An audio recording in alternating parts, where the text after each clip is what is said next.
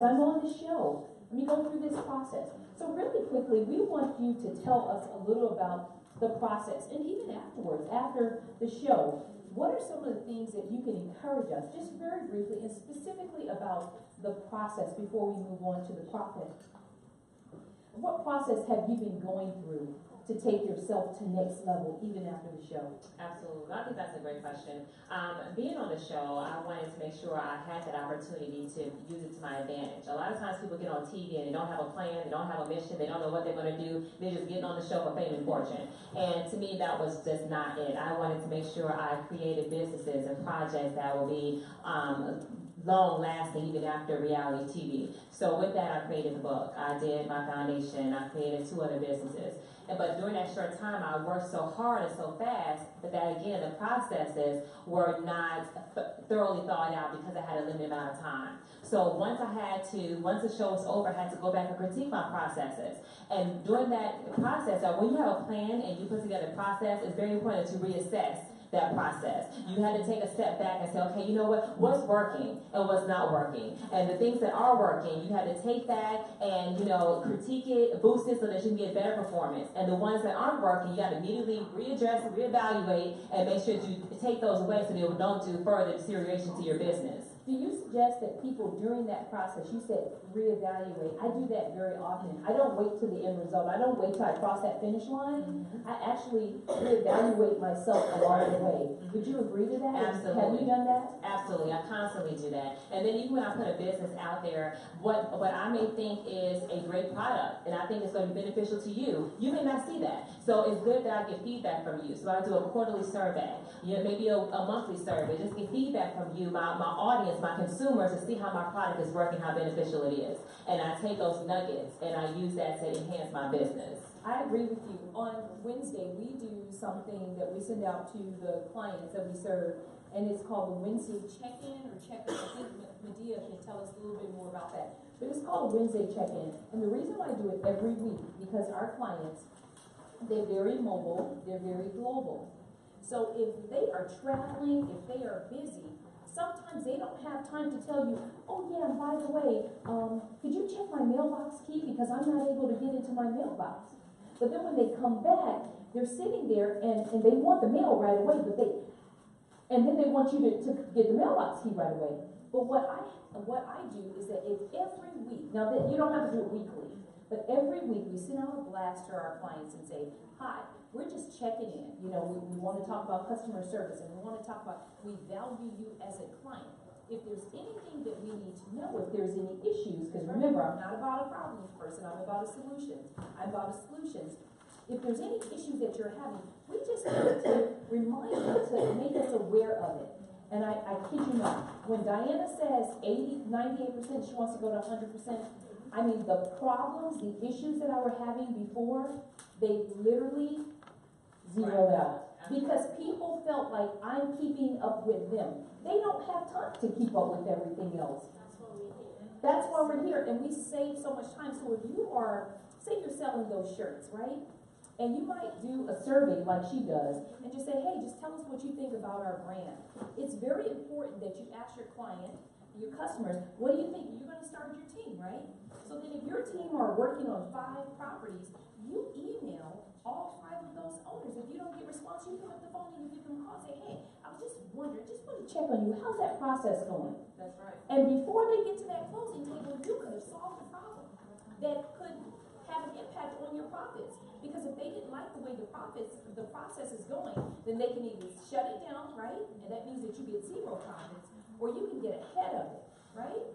And then that way you can save that. And then who knows, you might even get a referral after. So I just briefly wanted to talk to you about that, but go ahead. Yeah, but that is so true. And even when you do the survey, you have to make sure that you respond. Yes. You can't just do a survey and throw it in the trash, and because that right there is the ultimate no-no. You have to make sure you follow up. And even when there are negative responses, it's not about the negative response, how you react to it, how you handle it. That's what people want to know. They want to feel like you matter, like this is a concern, you're addressing it. And lastly, one of my processes that work a lot for me is not having meetings with my team. Sometimes we get so busy with the regular flow, and that we just go through the motions, that we don't reassess and have a team meeting so we can go over those goals goals again. What are our goals? What are we here for? What are our goals for this month, for a week? So every morning I get up and have a 10-minute stand-up with my team. These are what our goals are for today. This is what we need to execute. And by the time we leave, we're having another 10-minute stand-up to evaluate, do we make those goals for the day? So it's very important that we do those measures on a daily basis. I think just one last thing. I know she said we have 2 minutes, so I'm going to take 30 seconds to do this. I think that is just very, very important. When you get customer feedback, don't take it as, oh, they don't like me or it's negative. Just see it from their perspective. I always say that just look at it from their perspective, okay? Maybe it's an issue that's super, super important to them and it's time sensitive to them. And maybe you can't handle it at that moment. I call it looking the bull in the eye. I'm very, very big on that. If you are my customer and you're calling me and you need me right here and right now, I'm just going to be very honest. I'm going to say, here's what I'm doing right now. I can't take care of it right now, but I will address it and give them a timeline and a time frame. I was out all week, and I know people are emailing me and they need to respond, but I was very clear. I'm out this week. I'm unable to read your message. Now, either they're going to ride with you or they're not going to ride with you. They're going to complain or they're not going to complain. But at least you inform them. Don't ever run away from the problem because the problem doesn't go away. Deal with the problem no matter how long it takes to work it out. Deal with the problem. I'm very, very clear on that. You look that bull in the eye, whether they're angry, whether they're upset, whether they didn't get the customer service that they needed, and you tell them, first you acknowledge it, because everybody wants to be acknowledged, right? You acknowledge it. And then you apologize and you make it, you solidify it, or you have to apologize to them. Even if you don't even feel you were wrong. Hey, I first acknowledge you and I thank you for bringing that to my attention. I'm so sorry that you feel that way. And here's what I'm going to do. What? I call it my what? My solution. Here's what I'm going to do to make it right. So that has to be part of your process. It's really, really, really important that you remember that. That has to be definitely part of the process. Okay, she's giving me the time. I'm going to stop talking. That's okay, no problem. You're acting like a Nigerian, that's all. So next we'll have Donna with one N. Yeah, Donna with one N. Talking about the prophet. Yes, she is. All right, so let me introduce Donna for you all. Donna with one N, all right? Donna has not a newborn, he's about 1 or 2, right? And your son about 1 or 2? 20 months. 20 months. Ooh, 20 months. I remember when my kids were 20 months. I never said it. I just said, oh, I think he's 1, 1.5, 2, whatever it is. I don't know. You see how I'm kind of like buying time until she finds the slide. All right, there we are. Donna with one M. Donna Matthews. Donna's operating partner at Habanos Cigar Lounge. As a matter of fact, she has some treats for us today. Art Stroll Director, Historic Arts District of Castleberry Hills. Highly motivated. I mean, her energy is off the chain. She's so motivated. High energy speaker and proven industry professional in the restaurant hospitality industry. South Indian roots and Middle Eastern upbringing. Her clientele includes nationally recognized clients such as Gladys Knight's Signature Brands, F+H Food Trading Company, Bloomingdale's, and One Music Fest. One Music Fest is huge, Donna. That's an awesome accomplishment.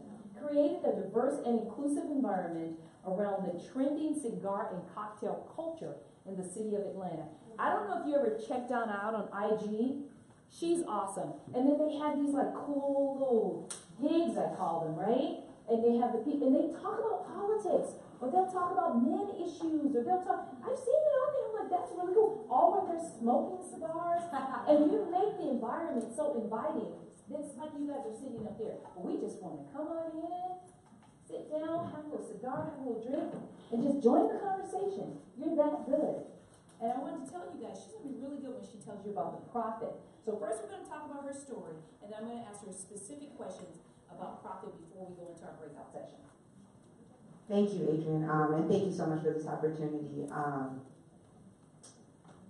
My story. So, I was born in Kuwait to 2 South Indian parents. So my name is Donna Matthews. We left out an N. But I was raised Christian, and when Iraq invaded Kuwait, my parents and I left as refugees. Our family left as refugees. We went through Iran. We stayed in tents. We were rationed food. We ate sardines out of tin cans, pita bread on a daily basis, and we were, the Indian government, it was the largest evacuation in all throughout history, came for their Indian people and brought us to India. From there, my father had left us to come to America to provide us with a better opportunity. He came down here. He came up to New York, worked for a Indian company called Automan, and they made trucking parts for different trucking companies.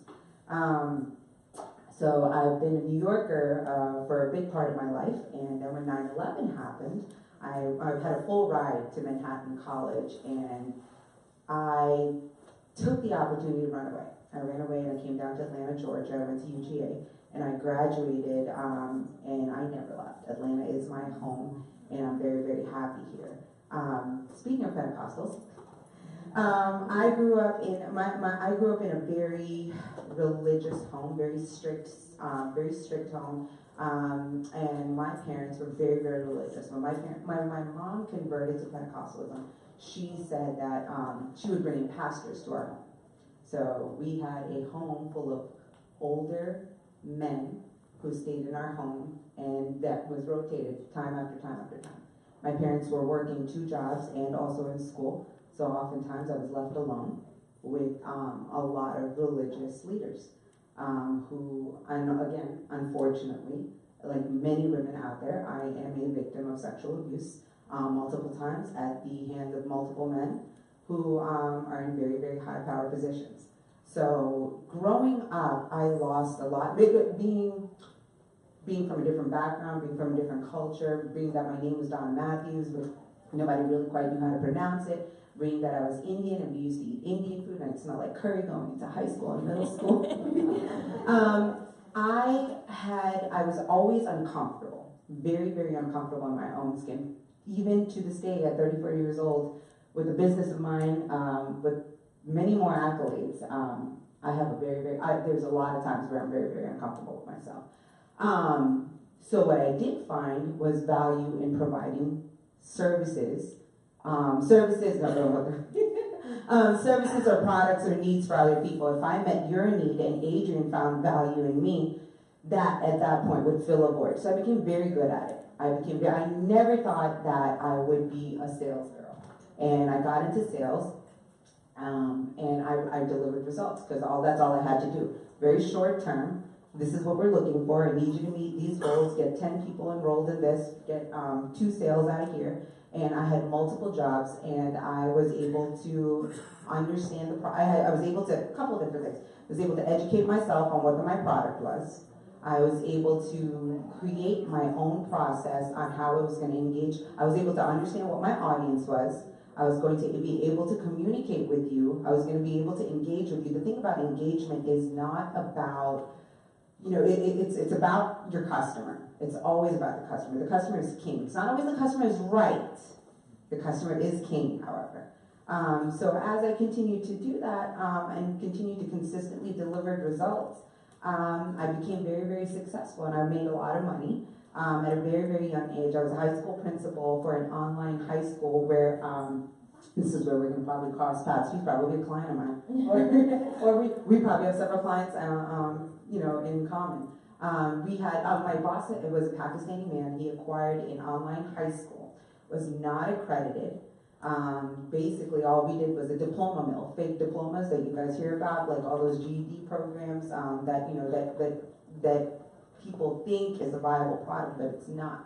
So, at some point when I kept starting to hit these walls, I decided that, I'm going to take this product, I'm going to make it a viable product. Educated myself on how I'm going to get our school accredited. At this point, when he'd acquired the school, all it was him and me. So I started off as a sales girl in the school. I got our school accredited. As I continued to, I built a department, built the admissions department, built the academic department, and now the dean of the admissions department, the academic department, is the owner of the school.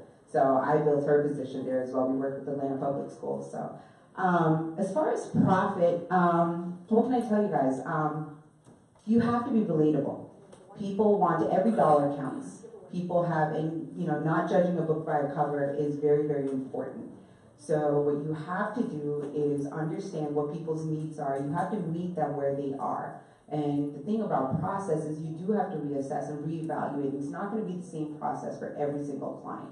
It's not going to be the same cookie cutter answer for everyone. You can't just rely on a script to deliver. You know what? Lori's going to want this answer, and she's going to buy a product because I said this. And it's not going to work for every single person. You have to tailor your product for every single person you meet, because every need is different and every individual is different. Everybody's going to respond to everything differently. But as long as you engage a person, meet them where they are, come at them with a level of humility. You're not bigger than anybody else. Your dollar is just as green as their dollar, unless you're in the Bitcoin and cryptocurrency industry now, which I encourage you all to continue to look into. It's huge. It's huge. Bitcoins and cryptocurrency. I will be holding a course about it next week. That means toward the end of this year, beginning my taxes due, I might have only made $57. But it's very, very important. That's something similar to what Lori Sosa actually does here. But it's you have to understand that everybody requires a level of service. Everybody, from person who's working at McDonald's, from someone who wants something at McDonald's to someone who wants a steak at Bones. It's the same level of service. It is the same process. You cannot cut corners. You have to deliver results consistently, and once you consistently deliver these results, you buy and you earn people's trust. Once you earn one person's trust, once you earn the next person's trust, once you earn the third person's trust, at this point, now you no longer have to sit there and sell yourself or sell your product. I can do this for you, I can do this for you. You're going to have people that are going to give you an opportunity, and you're going to have people introduce them for you. You know what? This is Donna Matthews. She's going to deliver results. You want cigars, whether it's high-end cigars or you want a $2 stick with your name on it because you want to feel special, because you just had a baby boy and you want to celebrate with your friends, it is just as important to someone who wants to buy a $70 cigar, a $120 cigar, or a $1,500 cigar.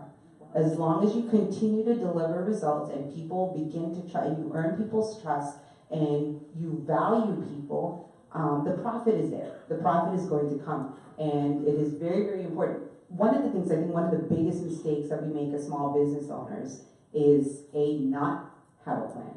And it doesn't have to be a big detailed plan. You don't have to be in the business of writing elaborate business plans with clauses and just with all these things in it. You have Google now.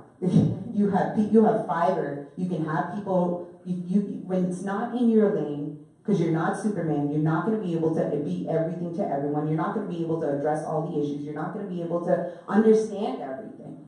So you have to understand what your goal, what your purpose, what your lane is, and stay in it. So laser focus is a good thing. I'm laser focused. I'm very type A, but I deliver results. So that's very, very important. The second thing that's also very important is process. Once you have a plan, doesn't mean you stick to that plan, because it could sometimes be to your detriment. So yes, it is very important that you continue to reevaluate your plan. I think it's Pablo Picasso that says, I start with an idea and then it becomes something else. His paintings were never supposed to be. Art is very, I'm taking courses